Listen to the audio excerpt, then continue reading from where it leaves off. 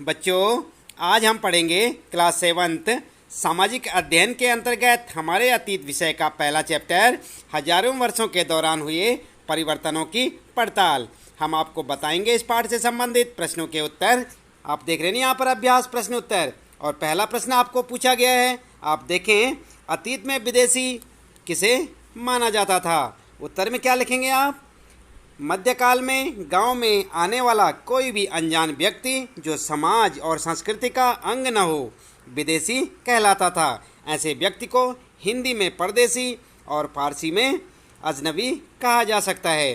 इस प्रकार से आप पहले प्रश्न का उत्तर लिखेंगे कि विदेशी किसे माना जाता था। इसके बाद बच्चों, दूसरा प्रश्न है आपके लिए, नीचे उल्लेखित बातें सही हैं या गलत। और देख सकते हैं आप, पहली बात यह है, सन 700 के बाद के काल के संबंध में अभिलेख नहीं मिलते हैं। क्या ये सत्य है बच्चों? दूसरा है, इस काल के दौरान मराठों ने अपने राजनीतिक महत्व की स्थापना की। क्या ये सत्य है? और तीसरा है, कृषि केंद्रित बस्तियों के विस्तार के साथ कभी कभी वनवासी अपनी ज़मीन से उखाड़ बाहर कर दिए जाते थे। क्या ये सत्य है? और घ है, सुल्तान गयासुद्दीन बलबन असम, मणिपुर और कश्मीर का शासक था। क्या ये सत्य है? चलिए जान लेते हैं उत्तर। पहला जो क है आपका सही है, सत्य है बच्चों, और दूसरा भी सही है, तीसरा सही है और चौथा गलत। तो आप समझ गए ना। यहाँ पर जो है, जो आपके यहाँ पर जो है 4 यहाँ पर दिए हुए हैं प्रश्न, तो यहाँ पर ये पहले वाला सही है, ख वाला भी सही है, और इसके बाद ग वाला भी आपका सही है, और घ वाला ये है गलत। ठीक है ना, आप समझ गए। तो यहाँ पर इस प्रकार से आप जो है अंतिम वाला जो है आपका सही नहीं है। इस प्रकार से आप उत्तर बनाएं अपने। इसके बाद यहाँ पर ध्यान दें आप, तीसरा प्रश्न है, रिक्त स्थानों को भरें। तो देख रहे हैं ना आप, यहाँ पर क ख ग, और इनके बीच में यहाँ पर जो है रिक्त स्थान छोड़ा गया है आपके लिए। तो आप इसको कैसे भरेंगे, आइए यहाँ पर देखें। पहला क क्या है? अभिलेखागारों में रखे जाते हैं। क्या रखे जाते हैं? यहाँ पर लिखेंगे आप। ख वाला यहाँ पर भरेंगे आप। और 14वीं सदी का एक इतिहासकार था, उसका नाम यहाँ पर आएगा। और ग वाला है, यहाँ पर जो है काफ़ी सारी जगह है, और इस उपमहाद्वीप में इस काल के दौरान लाई गई कुछ नई फसलें हैं। और इसी प्रकार से आप यहाँ पर जो है उत्तर कैसे लिखेंगे? क वाले में लिखेंगे आप दस्तावेज, और ख वाले में जियाउद्दीन वर्नी, और ग वाले में लिखेंगे आलू, मक्का, मिर्च, चाय, कॉफ़ी। ठीक है ना बच्चों। यहाँ पर तीनों जगह पे आप क्या क्या भरेंगे? पहले वाले में दस्तावेज, क वाले में, और ख वाले में भरेंगे जियाउद्दीन वर्नी, और ग वाले में यहाँ पर बहुत सारे ऑप्शन है ना आपके लिए, यहाँ पर खाली दिए हुए हैं। तो यहाँ पर जो है, यहाँ पर क्या भरेंगे आप? यहाँ पर भरेंगे आलू, मक्का, मिर्च, चाय, कॉफ़ी। ठीक है ना, इस प्रकार से आप लिखेंगे। और उसके बाद चौथा प्रश्न देखते हैं, आइए। इस काल में हुए कुछ प्रौद्योगिकीय परिवर्तनों की तालिका दें।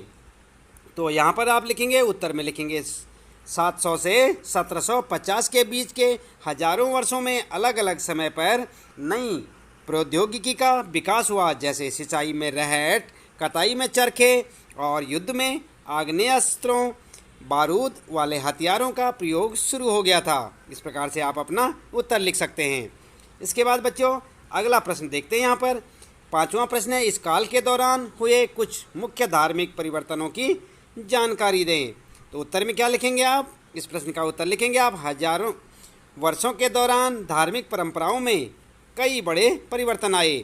लोगों में दैविक आस्था वैयक्तिक स्तर पर और सामूहिक स्तर पर था। हिंदू धर्म में नए देवी देवताओं की पूजा, राजाओं द्वारा मंदिरों का निर्माण, और पुरोहितों का महत्व जो कि ब्राह्मण हुआ करते थे। इस काल में भक्ति आंदोलन का प्रारंभ हुआ, जो कि कर्म कांडों के आलोचक थे। इस काल में 7वीं सदी में इस्लाम और 16वीं सदी में ईसाई धर्म का भारत में प्रादुर्भाव हुआ। इस प्रकार से आप 5वें प्रश्न का उत्तर ऐसे लिखें। इसके बाद बच्चों आगे देखते हैं। यहाँ पर आपके लिए प्रश्नों में है, आइए समझें। और यहाँ पर है 6ठा प्रश्न, पिछली कई शताब्दियों में हिंदुस्तान शब्द का अर्थ कैसे बदला है। उत्तर में क्या लिखेंगे आप? पिछली कई शताब्दियों में हिंदुस्तान शब्द के अर्थ में अनेक परिवर्तन हुए। 13वीं सदी में जब फारसी के इतिहासकार मिनहाज ए सिराज ने हिंदुस्तान शब्द का प्रयोग किया था तो उसका अर्थ क्या था? गंगा यमुना के बीच में स्थित क्षेत्र और पंजाब हरियाणा से था। उसने इस शब्द का राजनीतिक अर्थ में उन इलाकों के लिए इस्तेमाल किया जो दिल्ली के सुल्तान के अधिकतर क्षेत्र में आते थे। इसके विपरीत 16वीं सदी के आरंभ में बाबर ने हिंदुस्तान शब्द का प्रयोग इस उपमहाद्वीप के भूगोल, पशु पक्षियों और यहाँ के निवासियों की संस्कृति का वर्णन करने के लिए किया।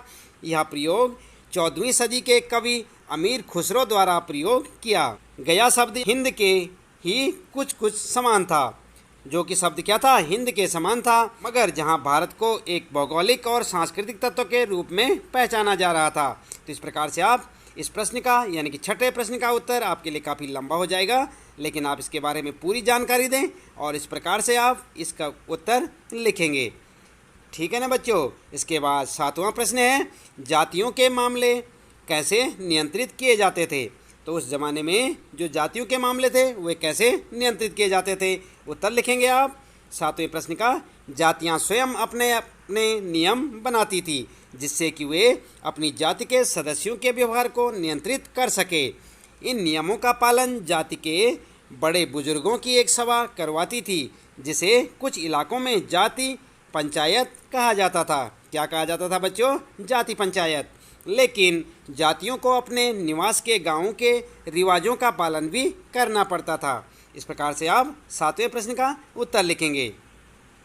फिर देखते हैं बच्चों 8वां प्रश्न है, सर्व क्षेत्रीय साम्राज्य से आप क्या समझते हैं? क्या है? सर्व क्षेत्रीय साम्राज्य से आप क्या समझते हैं? तो क्या समझते हैं बच्चों?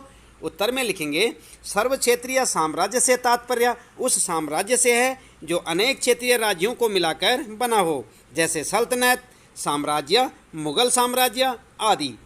और इसके बाद आइए विचार करें। आप देख रहे हैं ना बच्चों? तो यहाँ पर 9वां प्रश्न आपके लिए, पांडुलिपियों के उपयोग में इतिहासकारों के सामने कौन कौन सी समस्याएं आती हैं? उत्तर में लिखेंगे, पांडुलिपियों के उपयोग में इतिहासकारों के सामने निम्नलिखित समस्याएं आती हैं। जैसे फर्स्ट में देखें आप, कई बार पांडुलिपियों की लिखावट को समझने में दिक्कत आती है क्योंकि उन्हें हर कोई नहीं पढ़ पाता बच्चों। और सेकंड में लिखेंगे, आज हमें लेखक की मूल पांडुलिपि शायद ही कहीं मिलती है।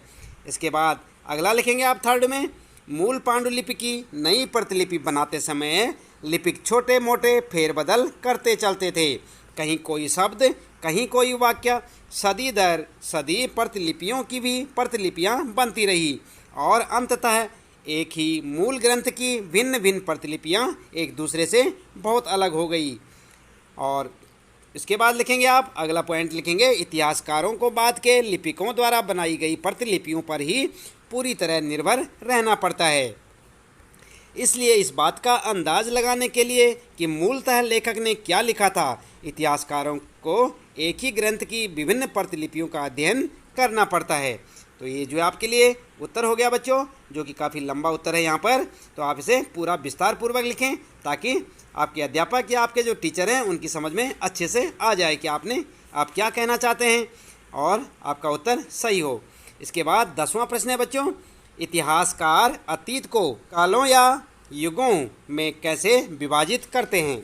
समझ गए ना आप? इतिहासकार अतीत को कालों या युगों में कैसे विभाजित करते हैं? क्या इस कार्य में उनके सामने कोई कठिनाई आती है?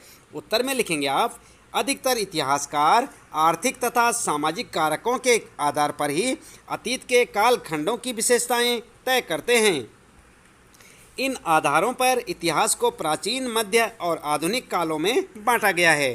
कालक्रम को विभाजित करते समय इतिहासकारों के सामने यह समस्या उत्पन्न होती है कि वे किस महत्वपूर्ण घटना के बाद कालक्रम का विभाजन करें। यह है आपके लिए इस प्रश्न का उत्तर, यानी कि 10वें प्रश्न का उत्तर। इसके बाद बच्चों यहाँ पर ध्यान दें आप, आइए करके देखें। और यहाँ पर आपके लिए 11वां प्रश्न पूछा गया है कि अध्याय में दिए गए मानचित्र 1, आपने पढ़ा था ना पाठ अपना, आप अपनी पाठ्य पुस्तक में पाठ को देखें। वहाँ पर लिखा है कि अध्याय में दिए गए मानचित्र 1 अथवा मानचित्र 2 की तुलना उपमहाद्वीप के आज के मानचित्र से करें। तुलना करते हुए दोनों के बीच जितनी भी समानताएं और असमानताएं मिलती हैं उनकी सूची बनाइए। तो यहाँ पर आप क्या करेंगे बच्चों? उत्तर में लिखेंगे, मानचित्र 1 अरब भूगोल बेता अल इदरीसी ने 1154 में बनाया था। और मानचित्र 2 की बात करते हैं तो मानचित्र 2 एक फ्रांसीसी मानचित्रकार ने 1720 में बनाया था। दोनों मानचित्र में कुछ समानता और असमानताएं थी। तो क्या क्या थी वो समानताएं असमानताएं बच्चों?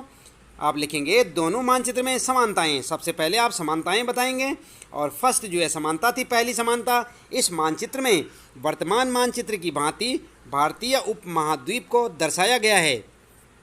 इस मानचित्र में कुछ जाने पहचाने नाम भी हैं, जैसे कन्नौज, सूरत आदि। क्या है बच्चों? क्या हैं वो एक जैसे? कन्नौज और सूरत। इसके बाद असमानताएं जो है बात करते हैं, असमानताओं की बात करते हैं तो देख सकते हैं आप, अल इदरीसी के नक्शे में दक्षिण भारत उस जगह है जहां हम आज उत्तर भारत समझते हैं। यहाँ पर होंखेंगे जो लिखा है इसे आप ऐसे ना लिखें, जहाँ पर आज उत्तर भारत है। और श्रीलंका का द्वीप ऊपर की तरफ है, जगहों के नाम अरबी में दिए गए हैं। यह मानचित्र आज के मानचित्र से काफ़ी भिन्न है, लेकिन फ्रांसीसी मानचित्रकार के मानचित्र में आज के मानचित्र से थोड़ी सी भिन्नता है। जैसे मुंबई क्षेत्र और गुजरात क्षेत्र का मानचित्र आज से भिन्न है। तो इस प्रकार से आप इसमें समानताएं और असमानताएं लिख सकते हैं। 12वां प्रश्न आपके लिए, पता लगाइए कि आपके गांव या शहर में अभिलेख यानी रिकॉर्ड कहाँ रखे जाते हैं। इन अभिलेखों को कौन तैयार करता है? क्या आपके यहाँ कोई अभिलेखागार है? उसकी देखभाल कौन करता है? वहाँ किस तरह के दस्तावेज संग्रहित हैं? उनका उपयोग कौन लोग करते हैं? देख रहे ना आप, काफ़ी लंबा चौड़ा प्रश्न है ये आपके लिए बच्चों। आप जो है इस प्रश्न को ध्यानपूर्वक समझें। अभिलेख होते हैं ना, रिकॉर्ड होता है गाँव का, तो आप जो है आपके गाँव या शहर का रिकॉर्ड कहाँ रखा जाता है, उनकी देखभाल कौन करता है, ये सब यहाँ पर आपने उत्तर में लिखना है।